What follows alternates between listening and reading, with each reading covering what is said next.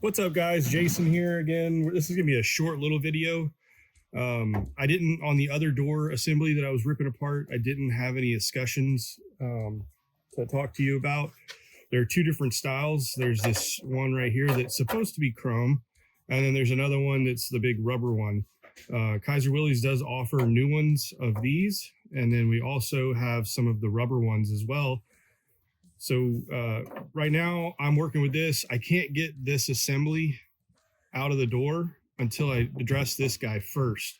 And I've seen a lot of these. I've already taken apart several of them, and there's supposed to be a roll pin in here, or just a little pin that holds this knob or this handle in place.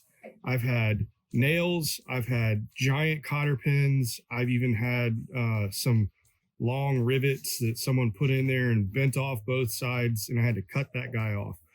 But if I remove this down, it's spring loaded. So if I remove it down, you may be able to see in there, there's a little roll pin sticking out. You got to get it so that you can see both sides. And this is supposed to just push out the other side like that. So that's what we're pulling out of it.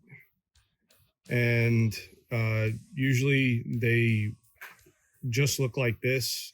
They're not in there very tight. Sometimes you have to drive them out, or in certain instances, you got to cut out whatever's in there that guys put in there. But once we do that, this springs back, then the knob should just pull off like that.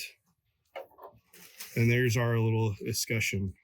And again, Kaiser Willys does offer brand new ones of these. We offer brand new ones of these.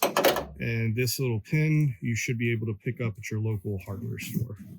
So that's removing the window crank regulator, handle, escutcheon, and knob. We'll keep breaking these doors down.